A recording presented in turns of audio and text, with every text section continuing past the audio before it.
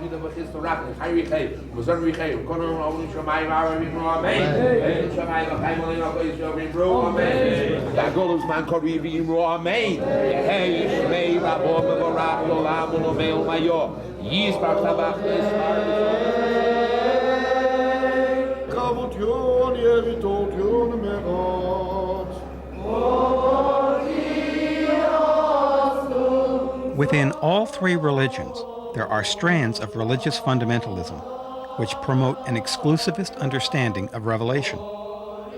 Individuals and factions within each of the three faiths believe that only their understanding of God is correct, and all others are in error, or indeed a threat.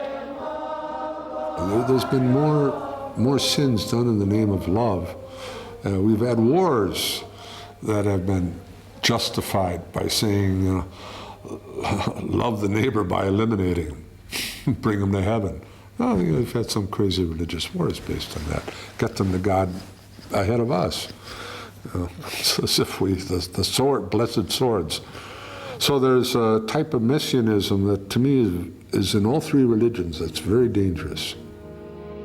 How can we prevent our religious traditions from cultivating the worst possibilities of exclusivism, of self-righteousness, of arrogance, because of the feeling that God is blessing you and God has chosen you, but rather to realize that the burden of being in a religious tradition is to bear great responsibility, to be concerned, to care about others, to create bridges of inclusiveness, and to deal with the dangers that the other attitude poses toward the religious tradition.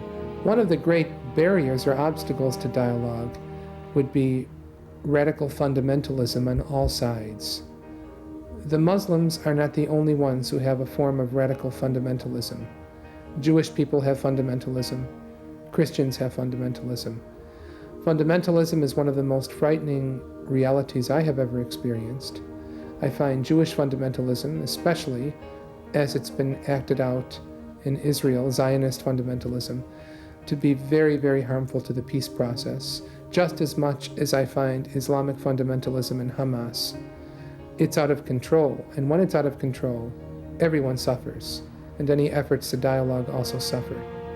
I suppose as a lawyer I do find particularly worrying the fact that there seem to be so many people in the country for whom the rule of law does not seem to count, and who count themselves outside the rule of law or above the rule of law, and who believe that they, as as messengers of God, or simply as they know what God really wants, and therefore they can break any law, including the most sacred, in order to bring about what they perceive to be God's will.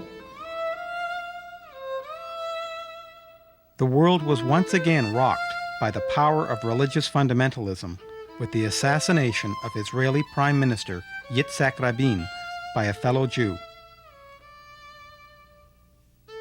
an action which jeopardized the peace process and precipitated nationwide self-reflection in Israel.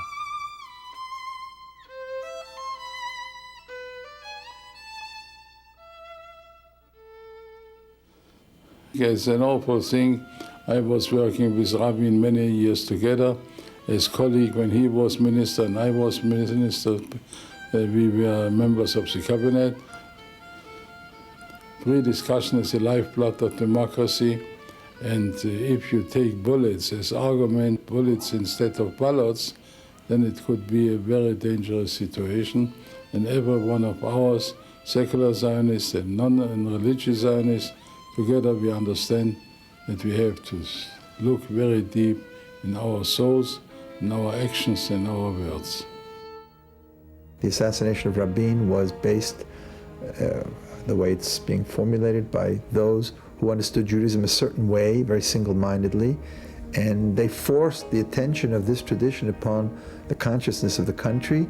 Suddenly he's asking himself, where did we go wrong in allowing our own heritage to be the exclusive monopoly of the so-called guardians of the tradition, or a particular sector of those guardians who actually have allowed it to go down this perverse path that would even imagine the justification for the assassination of an Israeli prime minister.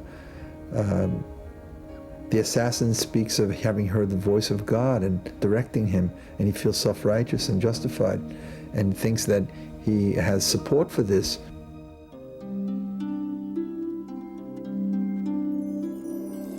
It would be unfair and inaccurate to suggest that any one of Judaism, Islam, or Christianity is dominated by exclusivism and fundamentalism. All three religions have adherents who are trying to promote mutual respect and dialogue. Given the history of intolerance and violence that has marred their interactions, this is a great act of faith, which, like all such acts, carries with it great risk. These people are hardly denying the past, they are simply refusing to allow the past to determine the future. Religious leaders could play a prophetic voice, and they can use verses or put verses into context for living together, for coexistence, for valuing human life, for respecting each other. And they have a difficult task nowadays. It is more than before, because a lot of damage has done. And as people who are living nowadays, we are inherited a devastated morality, if you like, on the level of Palestinian level, Israel level, on the Middle East, or on the world level. So it is time for the religious leaders to play a prophetic voice. What I would really want to see happening when Jews and Muslims and Jews and Christians meet each other is that those individuals deepen their sense of who they are and where they come from. Most of the wonderful students who I have in this school know little and care less about their own being Jewish. By turning them towards the enormous challenges and the enormous wisdom of their own tradition, that can make dialogue possible. For people who come to this country, they will discover that they are in front of a very beautiful mosaic of the people of God. It is a mosaic made up of all kinds of little stones, and every little color of that stone goes towards the beauty of the ensemble of the mosaic. And some of those stones are different religious groups, they're different people, they're different colors of people, they're different languages, they're different sexes, they're beautiful children, and they're all part of the mosaic and the face of Jerusalem. People have to go back into their own faith and really explore their own faith in depth, because I find that there are people who don't know their own faith, be it Christian, Jewish, or Muslim. They really don't know their own faith. And if they go back into it and really explore it, right to the depth of it, and understand that all three were revealed by God, and then I think at that time, maybe people will see the commonalities and say, well, this is where we're at, and we have to accept each other. And God is the judge in the end. I think that the notion of being a child of Abraham is something real, something with meaning. But I'm looking for a translation of that nice idea into reality. And if you want it to work like anything else, you've got to work at it. So do I feel as a Jew that I have a common parentage with Christians and Muslims? Yes, I do, but we're pretty distant cousins.